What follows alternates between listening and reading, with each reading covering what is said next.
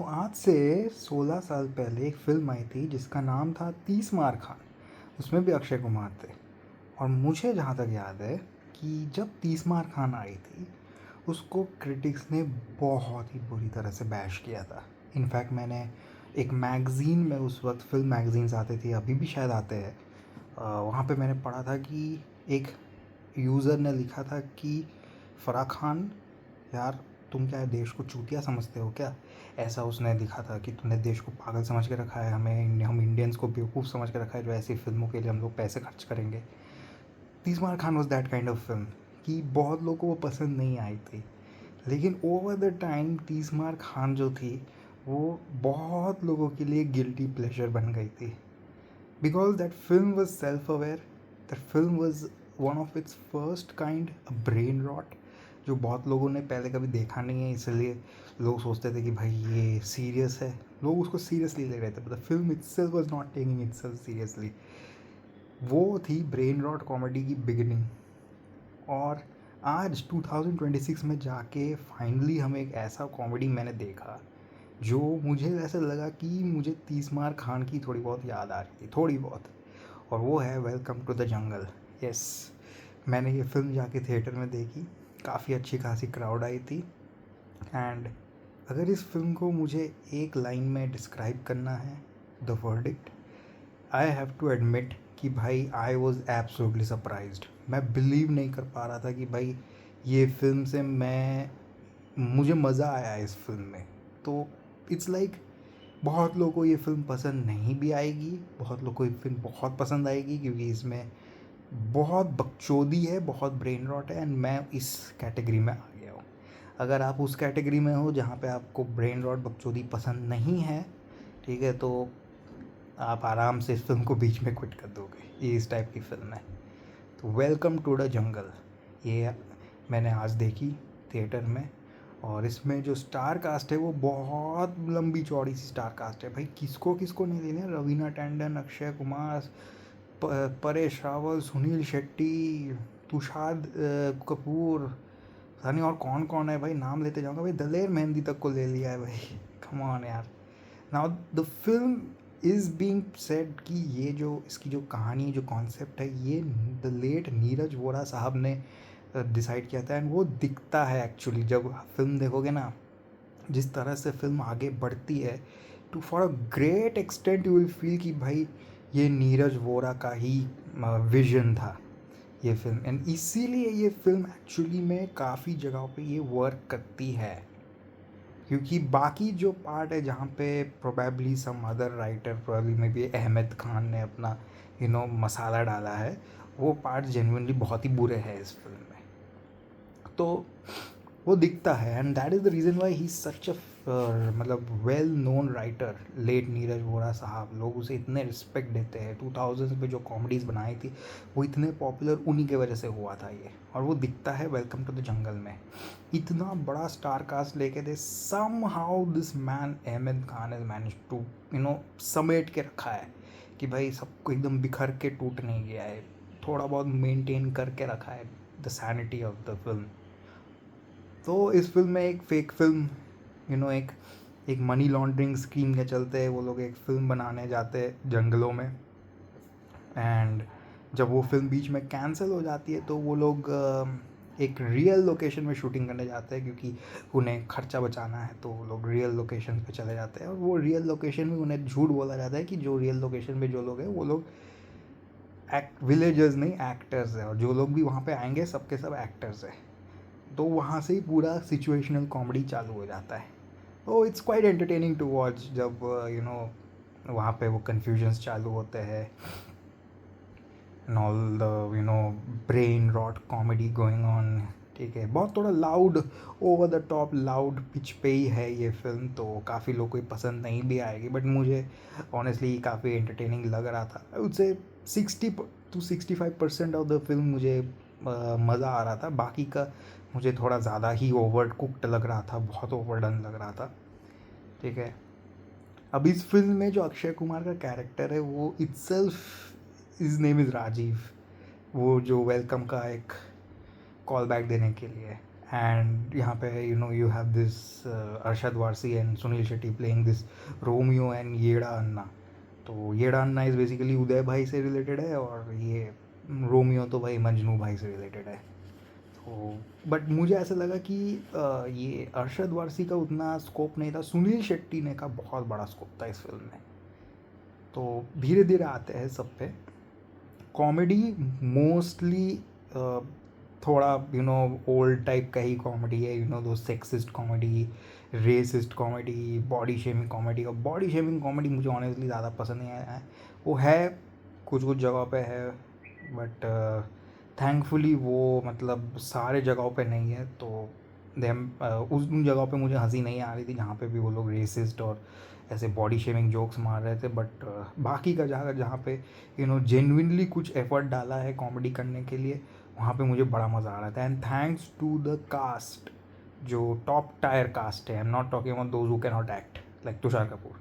मैं जो लोग एक्ट कर सकते हैं, जो लोग हैं इस फिल्म में, उन्हीं के चलते ये शायद से ये लोग इस लेवल के कॉमेडी को पुल ऑफ कर पाए. जस्ट लाइक भूत बंगला, अगर आपको याद है, मैंने भूत बंगला में भी यही बोला था कि जो फर्स्ट हाफ था वो जेन्युइनली बहुत फनी था, but it can go really bad. But thankfully the cast manage to pull it off. इसमें भी वही होता है, the cast has manage to pull off the comedy which could have gone really bad if it was not executed by the cast well. बहुत जगह पे बहुत जगहों पे डायलेक्ट को लेके बहुत ज़्यादा कॉमेडी है. I mean for example you have these people.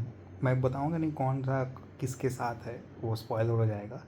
कुछ एक एक्टर है जो थोड़ा हाई पिच बहुत ज़्यादा एक्साइटेड होने से उसके मुंह से कुछ बात ही नहीं निकलता है. वो बड़ा फनी सा था लिटरली. जब भी वो आता था सब लोग हंस रहे थे लिटरली. लाइक जैसे ही वो आदमी एक्साइटेड होता था, उसके मुंह से लिटरली एक्साइटमेंट में बड़ा उसका आवाज़ ही नहीं निकलता था. लिटरली वो ऐसे ऐसे कर रहा है, एंड लिटरली उसका एग्जीक्यूशन इतना हिलेरियस था. I loved it. फिर there is one actor who literally मतलब वो क्या बोल रही है, वो क्या बोल रही है कुछ समझ में ही नहीं आ रहा है. आई कम टू दैट, ठीक है. फिर एक एक्टर है जो वो बोल रहा है, बट वो जो वर्ड्स यूज़ कर रहा है इतना कॉम्प्लिकेटेड है कि समझ में ही नहीं आ रहा है किसी को. फिर एक एक्टर है जो तोतला बोलता है लिटरली, और वो तोतला जिस तरह से उसको रिवील किया जाता है, इतना सडनली उसको रिवील किया जाता है कि एकदम से शॉक हो जाते हो. जैसे हेरा फेरी में, याद है हेरा फेरी में, फिर हेरा फेरी में जैसे वो तोतला सेठ था, जैसे वो तोतला सेठ बोलने लगता है हम लोग सब शॉक पे हम लोग हंसने लगते थे. इसमें भी वैसा ही है.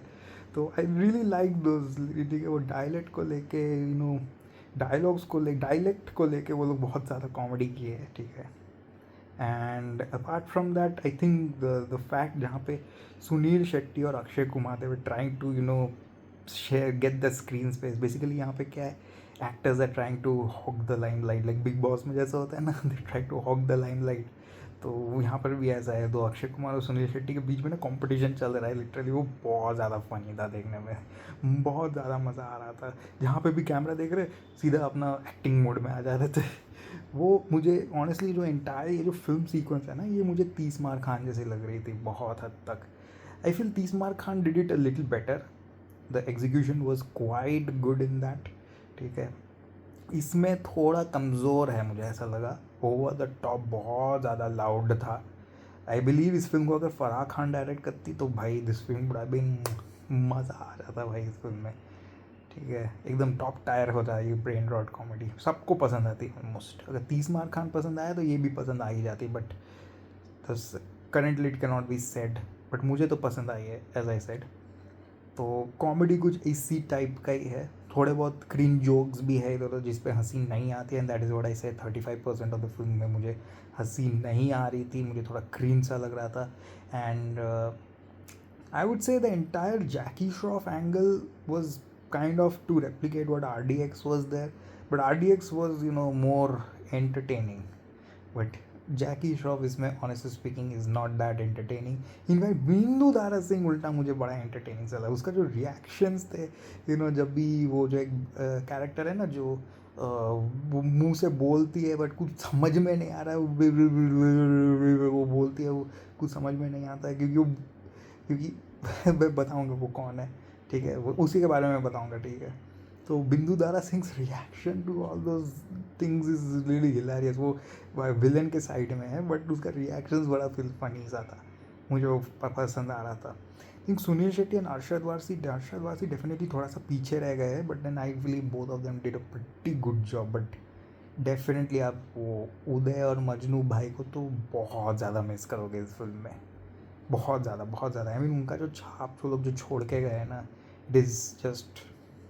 तो अब जो कनेक्शन बनाओ उन लोगों के साथ, सुनील शेट्टी उसका भाई है, अरशद वारसी वो मजनू भाई का भाई है, वो सब बोलने से कुछ खास नहीं होता है भाई. मुझे लगा कि मजनू भाई वॉज द बेस्ट. ये अरशद वारसी कॉमेडी तो काफ़ी अच्छा करता है, बट देन इसमें उसको आई फील थोड़ा सा लोअर लेवल, थोड़ा वीक डायलॉग्स, वीक कॉमेडी दिया गया है, honestly speaking. But both of them in few scenes they were like really working well together. तो जो कॉमेडी है ना, वो pull off the cast has done a great job in pulling off the comedy. Akshay Kumar is like has definitely done a great job. But then मैं एक बंदी को, एक एक्ट्रेस को यहाँ पे टॉप में रखना चाहता हूँ, और वो है फरीदा जलाल. फरीदा जलाल वो एक्ट्रेस है जो she plays an old lady, जिसके मुंह से लिटरली वो मुंह से वॉइस वो बोल रही है बट कुछ समझ में नहीं आया. वो था ना ओल्ड एज में, तो वो उसके ऊपर थोड़ा कॉमेडी किया है. I know it's not very, ऐसे मजाक नहीं उड़ाना चाहिए ऐसे बूढ़े लोग, बट वहाँ पे इट्स डन सो वेल कि आपको जेन्युइनली हंसी आती है. जब भी वो बोलती है पीपल आर लाइक भाई इसको भी क्या बोल रही है भाई, इसको बंद करवाओ यार. वो बड़ा फनी सा था. Farida Jalal is done a fabulous job. She is the star of this show. फिर उनके ही बगल में जो है एक और एक्टर है, मैं उनका नाम नहीं लूँगा, but he is the best one, the one who keep speaking in Urdu. ठीक है, वो भी किसी को समझ में नहीं आता है. तो इट्स लाइक जो फरीदा जलाल बोल रही है वो तो किसी को समझ में नहीं आया, बट उसके बगल में जो एक बंदा खड़ा हुआ है वो उसको समझ में आ रहा है, और जैसे उसको एक्सप्लेन कर रहा है वो उसको इतने कॉम्प्लिकेटेड वेज में समझा रहा है कि वो भी समझ में नहीं आ रहा है क्या बोल रहा है. वो बड़ा हिलेरियस था. I mean sometimes you know trailer से या बस बोलने से समझ में नहीं आता, आपको फ्लो में देखना पड़ता है उन सीन्स को कि भाई कैसे वो वर्क कर रहे हैं. I really love that. Akshay Kumar, Suniel Shetty have done a fabulous job. I mean they are this next in line, जो उन्होंने इतना बढ़िया काम किया, मज़ा आ जाता है उन लोगों को देखने में. वेरी सरप्राइजिंगली परेश रावल इसमें थोड़े से पीछे पड़ गए यार. I was expecting more from Paresh Rawal. And मुझे ऐसा लगा कि राजपाल यादव को डायरेक्टर की जगह पे अगर वो कौन था वो, अरे इसका नाम भूल रहा हूँ यार, क्या यार उसका नाम था, विजय राज. तो आपको अगर याद है वेलकम में वो थे ना डायरेक्टर साहब, जो विजय राज, वो बड़े फनी थे उसमें. वेलकम में जो डायरेक्टर बने हुए थे, वो उनको अगर यहाँ पे कास्ट कर लेता है यार, क्या नॉस्टैल्जिया हो जाता भाई. कम से कम मतलब लगता है कि हाँ किसी को तो वेलकम फ्रेंचाइज से लिया है आगे. But instead they cast Rajpal Yadav. चलो चलता है, राजपाल यादव ने भी काम डिसेंट किया है, ठीक है. But I think the overall the comedy was aced by Farida Jalal. Then there's one more person I have to say, Kiran Kumar. Then Akshay Kumar, of course, Sunil Shetty and this Johnny Lever.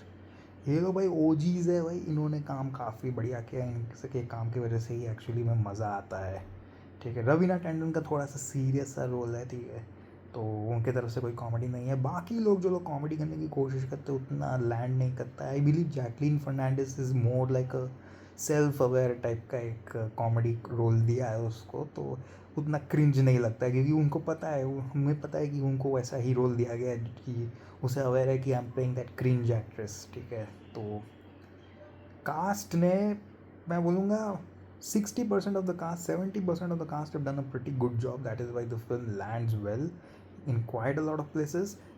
30% of them are just like fillers. और दलेर मेहंदी को तो acting आती है नहीं, but कुछ कुछ scenes है दलेर मेहंदी का भाई, वो बड़ा फनी सा है. वो मैं आपको अगर देखना है फिल्म तो I leave it to that, I not reveal. भाई बहुत लोग बोल रहे थे कि दलेर मेहंदी को डायलॉग्स बोलना नहीं आता है. इस फिल्म में दलेर मेहंदी का बस 1 या 2 ही डायलॉग है, क्योंकि इन लोगों को भी पता है कि दलेर मेहंदी से मुंह खुला नहीं जाता है.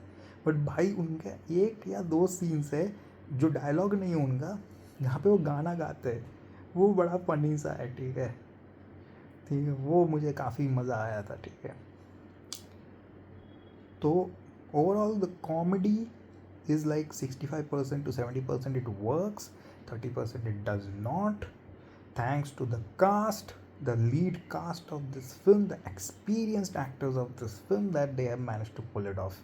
वरना ये बहुत ही ज़्यादा लाउड और क्रैश कॉमेडी हो सकती थी, but then somehow they manage to pull it off. और पहले ही बता दे रहा हूँ, ये एक ब्रेन रॉट बकचोद लेवल की कॉमेडी है, तो अगर आप बकचोदी के पानी में अपने आप को डुबाते नहीं हो फिल्म इस थिएटर में घुसने से पहले, आप इस फिल्म को बीच रास्ते में ही क्विट कर दोगे। That is the level of बकचोदी दिस फिल्म हैज़। 30 मार खान, जिस तरह से आपने 30 मार खान देखते हो ना, उसी लेवल का दिमाग लेके आपको इस फिल्म को देखना है। नेगेटिव्स में आते हैं। पहली बात तो ये सब रेसिस्ट सेक्सिस्ट कॉमेडी बिल्कुल काम नहीं करता है आज भी, प्लीज़ बंद कर दो, ठीक है। दूसरा है, फिल्म सेकंड हाफ में जाके बहुत ही ज़्यादा स्ट्रेच्ड फील करती है, एंड क्लाइमैक्स तो बहुत ही ज़्यादा बेकार है। I expected more from the climax, but then Ahmed Khan ने आके पूरा माँ चोद दिया क्लाइमैक्स की। और आधे जगह में तो उन्होंने मेटा रेफरेंसेस डाल के रखा है। एक लिटरली पूरा एक बजरंगी भाईजान जैसा सीक्वेंस है भाई इसमें, मुझको बिलीव नहीं हो रहा था। पूरा बजरंगी भाईजान का क्लाइमैक्स जैसा एक सीक्वेंस है इसमें, ऑलमोस्ट वैसा ही टाइप का है ये। आप देखोगे, मैं मजाक नहीं कर रहा हूँ। एंड वो एक लड़की भी, वो भी पूरा वो बजरंगी भाईजान जैसा ही है, वो उसका सीक्वेंस पूरा, छोटी सी बच्ची है वो। हाँ गॉड, इस फिल्म में बाय द वे बहुत सारे मेटा रेफरेंसेस है, reference to lot of the OG films from the past. मैं बताऊँगा नहीं कितने हैं, बट वो रेफरेंसेस काफ़ी अच्छा वर्क करते हैं। बट नेगेटिव्स में वही, क्लाइमैक्स बहुत ही बुरी तरह से बनाया गया है। The ahmedification of this last part of this film really was visible कि भाई यहाँ पे अहमद खान ने अपना मसाला तड़का डाला है, इसलिए इतना बुरा लग रहा है देखने में। एंड बहुत सारे एक्टर्स को तो बहुत ही एकदम वेस्ट कर दिया just for the sake of making this high concept film.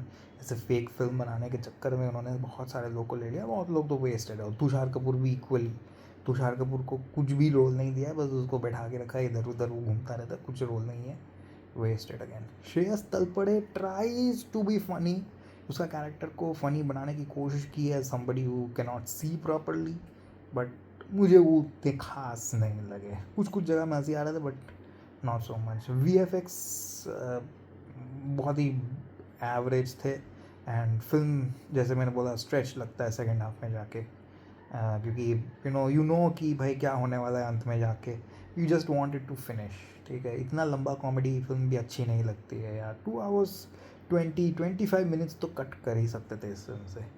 Overall मैं इस फिल्म को 3 स्टार्स दूंगा, क्योंकि मुझे ये पसंद आया। ब्रेन रॉट कॉमेडी, मैं इसे 3 स्टार से ज़्यादा नहीं दे सकता, but 3 stars is pretty decent enough for a film like this which has genuinely surprised me, क्योंकि मैं एक्सपेक्टेशन लेके गया नहीं था इस फिल्म को देखने के लिए।